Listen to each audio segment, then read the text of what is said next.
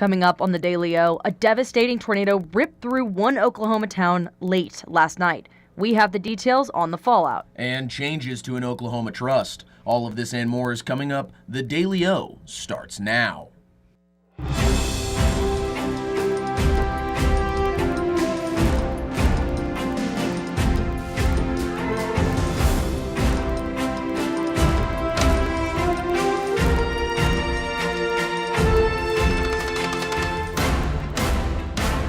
Good evening and welcome to the Friday edition of the Daily O. I'm Kendall May Stark. And I'm Tyler Tripodi. We're glad you're with us.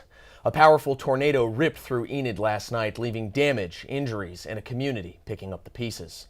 Officials say at least 10 to 15 people were injured, but no fatalities have been reported. First responders continue searching impacted areas while crews work to restore power and water. Vance Air Force Base remains closed as officials assess damage and urge non-essential personnel to stay home.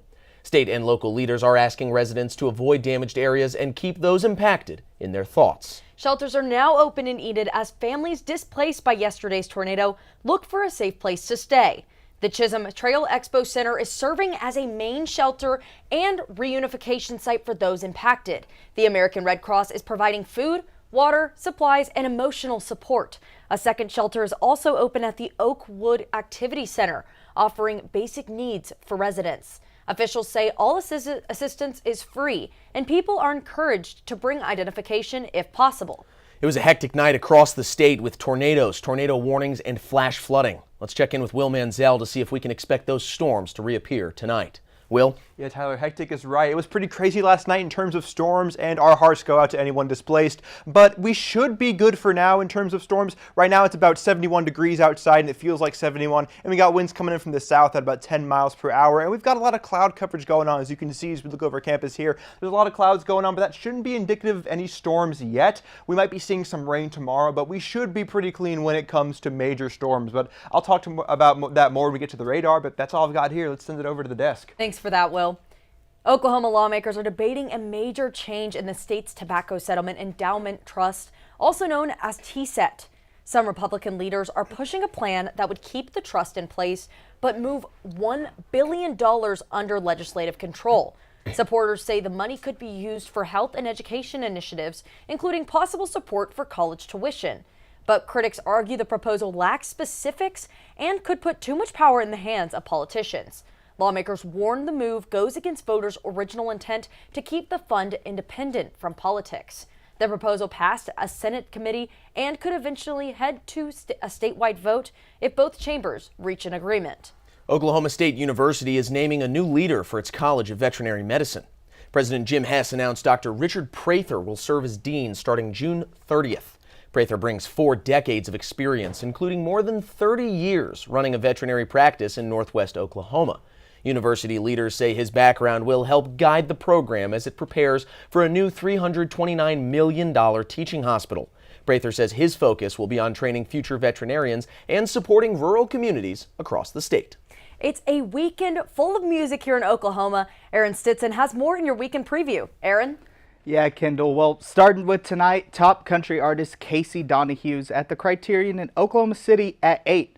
Then, moving to tomorrow night, lead guitarist of the Eagles, Don Felder, is live at the Showplace Theater in Norman at 8. And finally, also tomorrow night, the Mississippi folk band Happy Landing is at Beer City Music Hall in OKC, also at 8. Well, that's all I got for this weekend. Back to you guys. All right, Aaron. When we return, one of our seniors sits down to discuss her collegiate career. And a fairy tale is making its way to Stillwater. The Daily O returns right after this.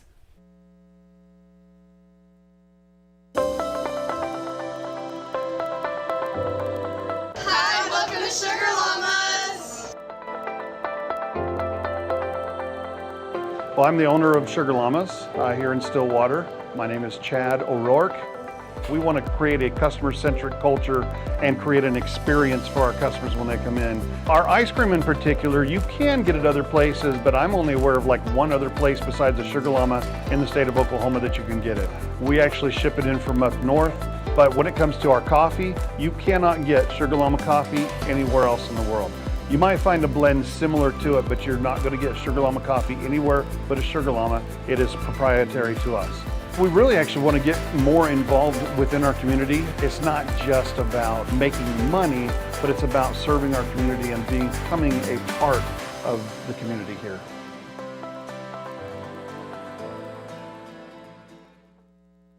Ace in the Bowl Salsa started many, many years ago. I was trying to find a recipe to take to a family gathering, and so I started messing around with different recipes, and I took a little bit from here and a little bit from there, and I came up with a salsa that is truly unique. Ace in the Bowl Salsa is an olive oil based salsa with tomatoes, green chilies, green onions, and black olives. There's no sugar added, it's gluten free, low calorie, low carb, low fat, low sodium. So it's a very, very, very good alternative to any snack you may want. As of right now, I'm just looking to be in Oklahoma and having a successful business within the state. If my grandkids could ever take it over when they're old enough, that would be my dream.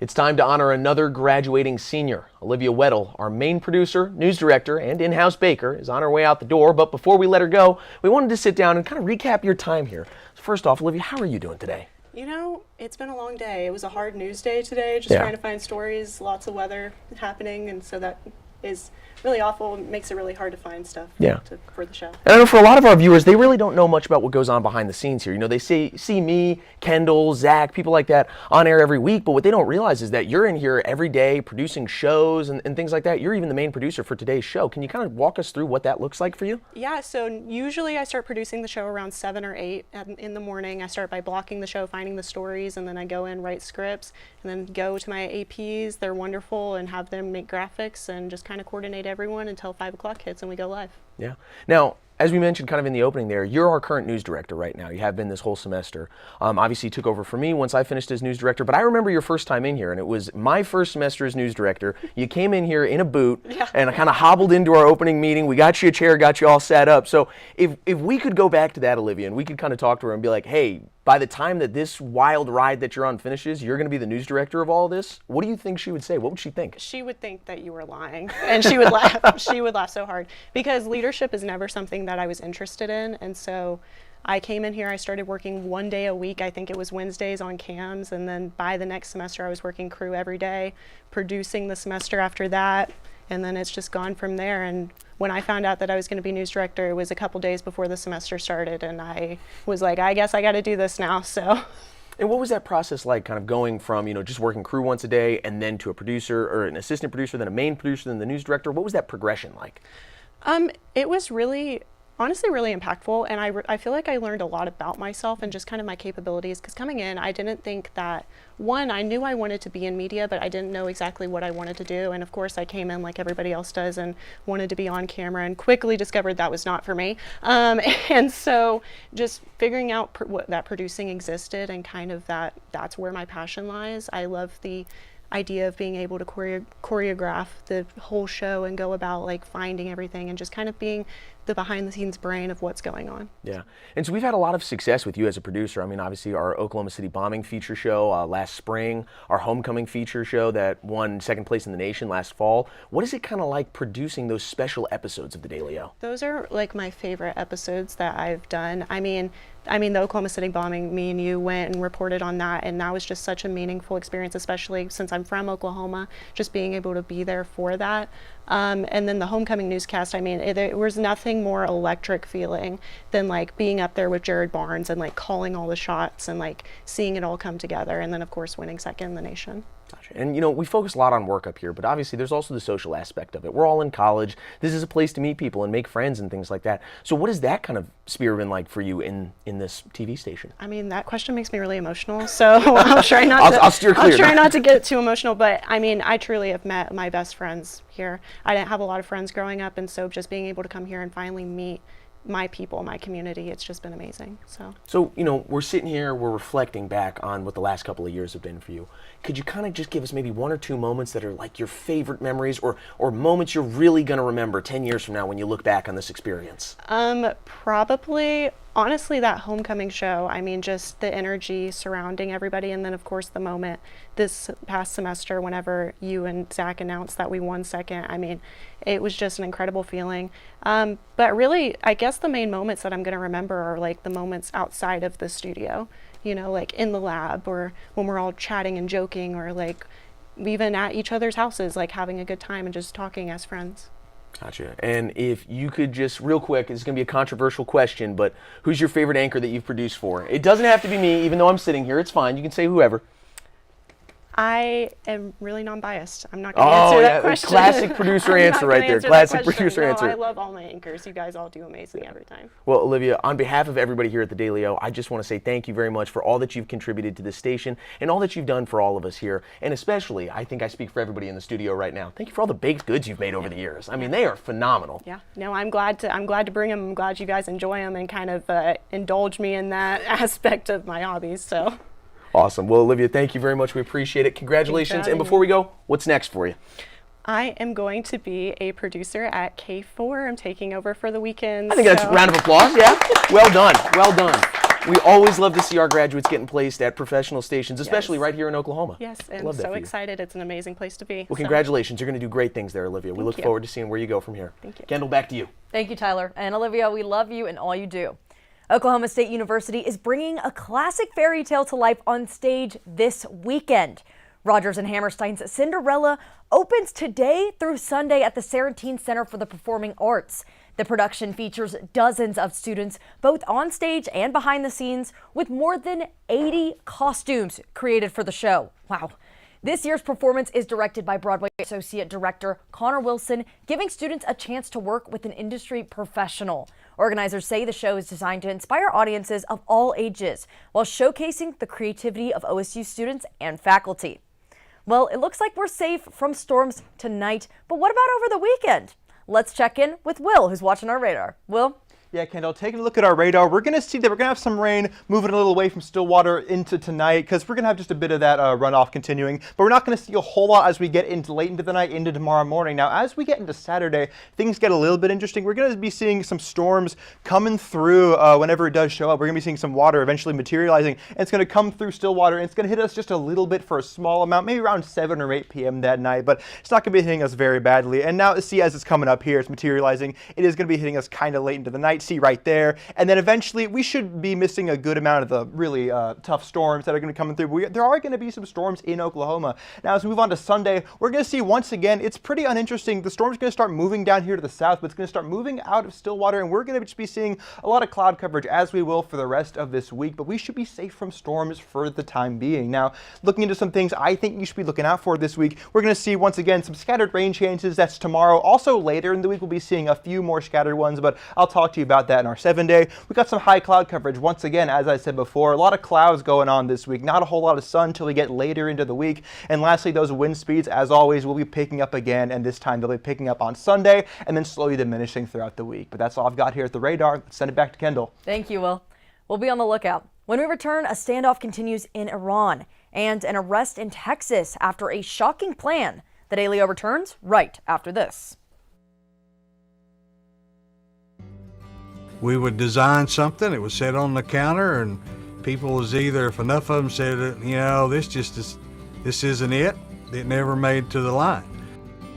Dad was excited that they're all original. They were all designed on Mom's kitchen table, and it gets in your blood after a while.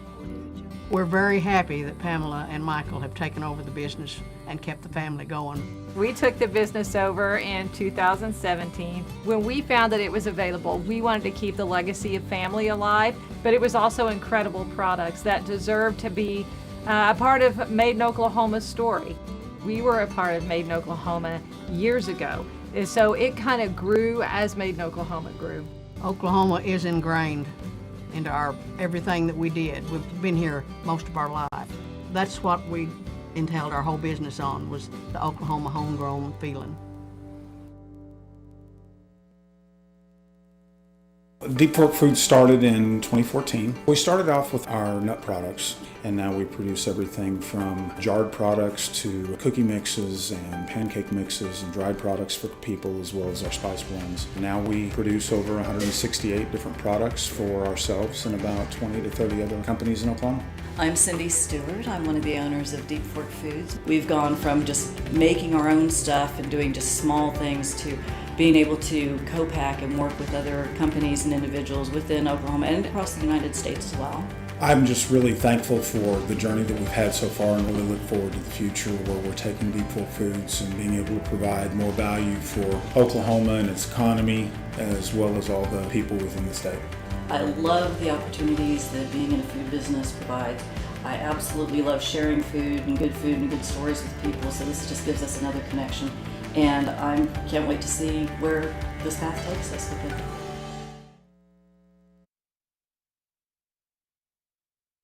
President Trump is pushing to end the war with Iran, but new reports suggest Tehran is not in a hurry to negotiate. U.S. and Israeli strikes have damaged Iran's military sites, but officials say the regime may actually be more stable politically. Anti-government protests have faded, and hardline leaders are gaining influence as tensions continue. Meanwhile, back in the U.S., growing disapproval of how the war is being handled as gas prices and economic concerns rise. Officials say the standoff could continue as both sides bet on who can hold out longer. 2 young people are under arrest in what authorities say was a plot to attack a Texas synagogue. Investigators say the plan involved driving through a congregation in an attempt to kill as many people as possible. An 18-year-old from North Carolina is facing felony charges and is being held on a $10 million bond. A 16-year-old was also taken into custody in Texas and charged with conspiracy to commit capital murder. Officials say there is no longer a credible threat, but the incident has heightened security concerns for Jewish communities across the country. The DOJ is dropping an investigation, clearing the way for one candidate. Our political correspondent, Addison Schweinberg, joins us with the details. What can you tell us, Addison? Well, I can tell you that the Department of Justice has finally ended its investigation looking into Jerome Powell and the Federal Bureau. In July, the Office of Inspector General announced they were going to be looking into why the reserves ended up spending more than it was originally projected to. The Department of Justice already investigated this project and found no wrongdoing. However, Attorney Jeanine Pirro is calling for an opening of the investigation on behalf of all the taxpayers who had to bear the cost of the difference. This clears the way for Kevin Marsh to advance towards a confirmation vote. Thanks for the insight, Addison. When we return, softball is on top and baseball is trying to stay alive. Zach Berger is in the Sports Corner with how the two teams are shaping up right after this.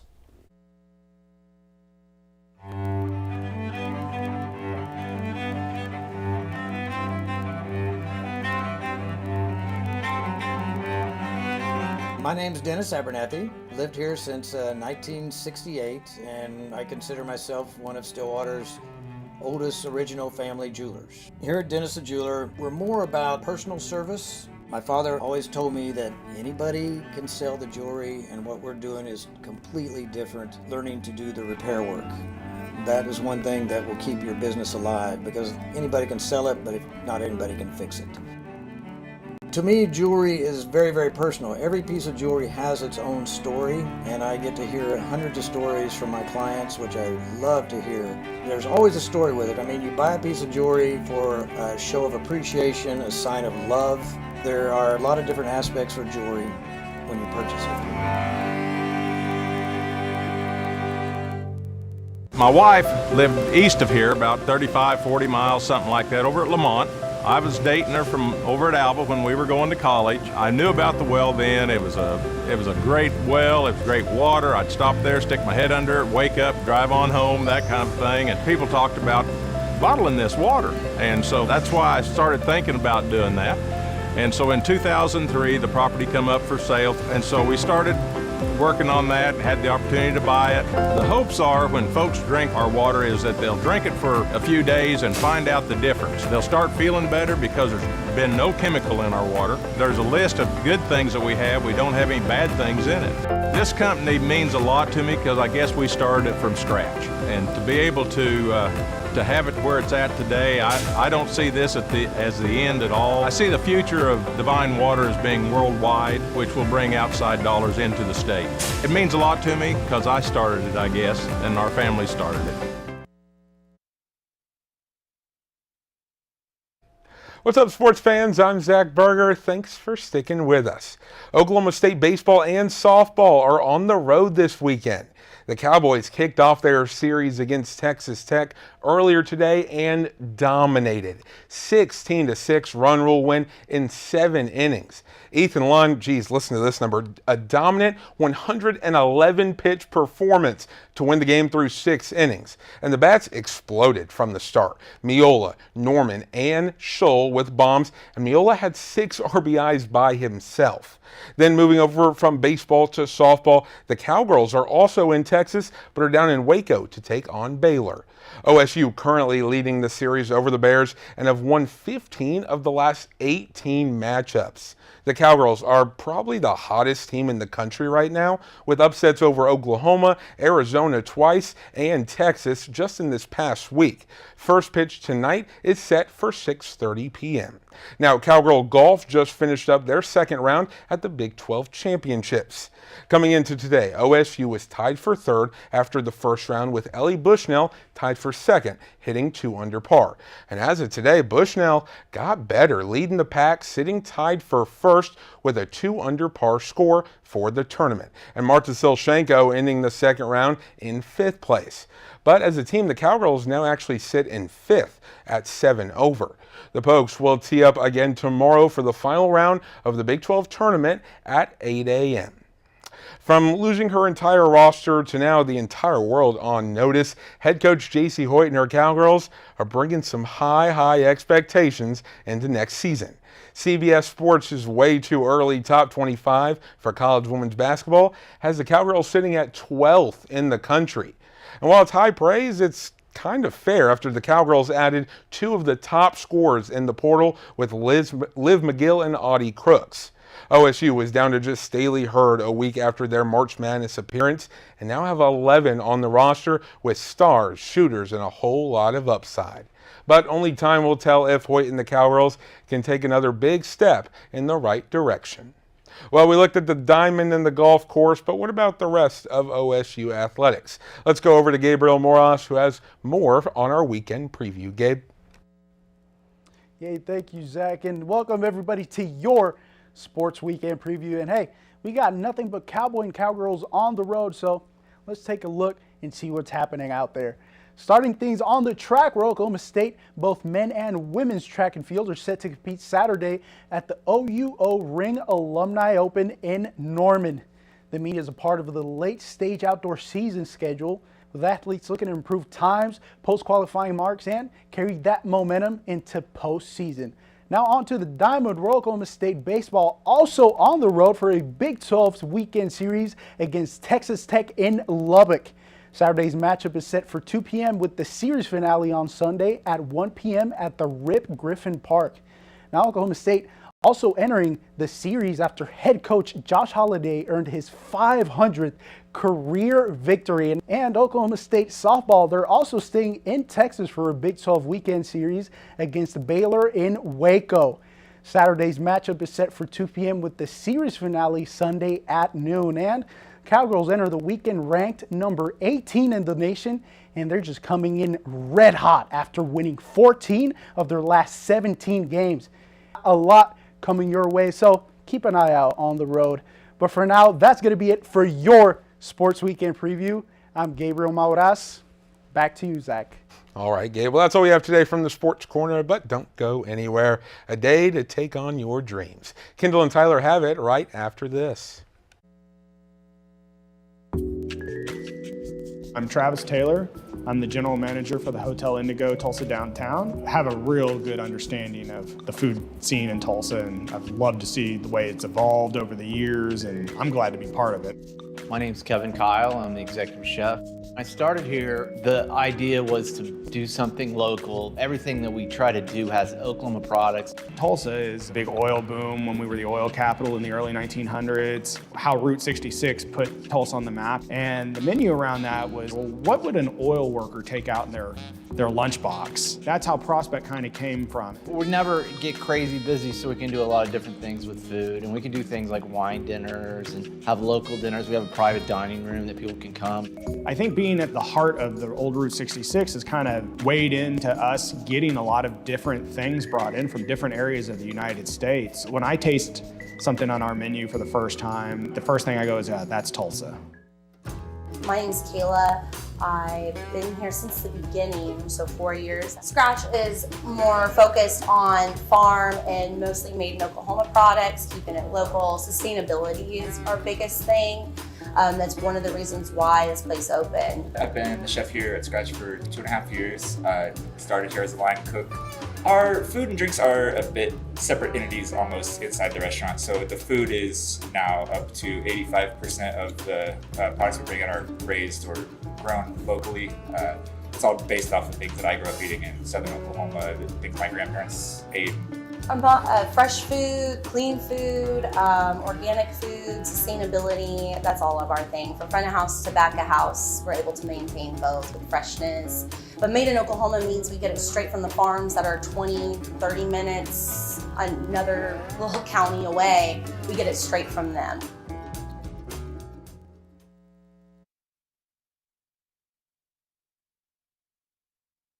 It's time not to walk, but moonwalk to the theaters. Chance Annis has that and more in your A-List update. Chance? Yes, Tyler. It is finally here. Michael has officially hit theaters worldwide. After critics came in early screenings and gave it bad reviews on Rotten Tomatoes, audiences came in and gave it an amazing 96% audience score, making it the highest rated biopic from audiences. Now, if you don't mind me, I'm just gonna beat it and head to the movies right now. That's all I have for the A-List update. Back to you guys. Thanks for that, Chance. If you're waiting for a sign to chase your dreams, this is it. It's National Bucket List Day. It's a reminder to set goals and start checking off life's biggest dreams.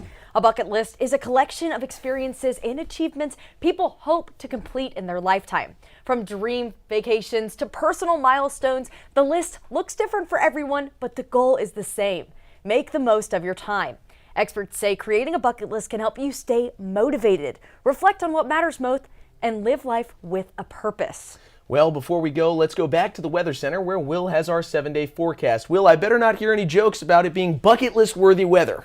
Yeah, well, I was going to say that, but the only bucket I needed was from all the rain we were seeing last night to catch some of that. But luckily, it seems like our 7 days looking like there's not going to be as much of that. Today, our high was 82, and tomorrow it's going to be 81. But the interesting thing about tomorrow, we're going to see a little bit of sprinkles, maybe later in the day, as I said before, but it shouldn't be anything too bad. As we get into Sunday, those clouds are going to be staying around as our high is going to hit 86. Monday, Tuesday, we're going to see that cloud coverage dissipate just a bit. But by Wednesday and Thursday, we're going to be seeing our highs drop a bit to 77 and 71 with some possible scattered rain chances from, I believe it's Tuesday into Wednesday, but it shouldn't be anything crazy. So for once, we're seeing a not rainy week here in Stillwater. Will, I mean, just beautiful, beautiful. I live for Will Man's puns on the weather wall. It's so good every time. It's something I'm gonna miss. I'm gonna miss in a couple of weeks here, but it'll be okay. We'll talk about that next week. We'll talk about that next week. Right now, what I want to talk about, National Bucket List. What's your guys' bucket list items, Zach? Listen, I'm a huge baseball guy, obviously, in the Sports Corner every week. My bucket list is to go to every MLB stadium. Great bucket list. I've got a couple, not too many yet, but I hope as my life continues, get to travel a little bit. I want to go to all 30. I have belief and faith that you'll cover a game in each one of them. Hey, come on. Kendall, what do you got? I'm actually achieving one this summer. It's been my bucket list dream ever since I was 12 to go to New York City. All and right. I'm finally going for my 21st birthday. Going to the Big Apple this one. Okay, Will? Yeah, well, I left the country for the first time a few weeks ago, about a month now, in Spain. That's what he does. Keep talking about that, yeah. But no, I want to travel some more, maybe visit every continent at least once. You know, I've been to Europe, North America, maybe hit up what I can. Yeah. How are you going to get to Antarctica? Good question. I will probably figure boat, that out plane, on the maybe? way there. One of those cruises. He's probably not going to walk, I'll tell you that. I was thinking about that. Yeah, they do cruises down there. Cruises down there. Yeah. What about you, Tyler? For me, as you guys know, I'm a big outdoorsman. I love camping and hiking, things like that. So I want to visit all of the 63 officially designated national parks in the country. wow. I've gone to 3 so far, so I'm really looking forward to kind of continuing that list as I get older. Well, that's a look at today's headlines. Thank you for joining us. Make sure to check out the Daily O next week for the latest happening here in Stillwater and across the state. For the Daily O, I'm Tyler Tripodi. And I'm Kendall May Stark. Have a blessed night, everyone.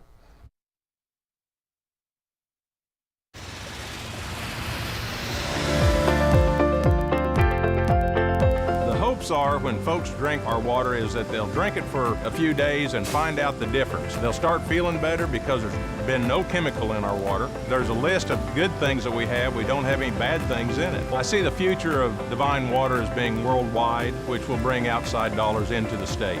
It means a lot to me because I started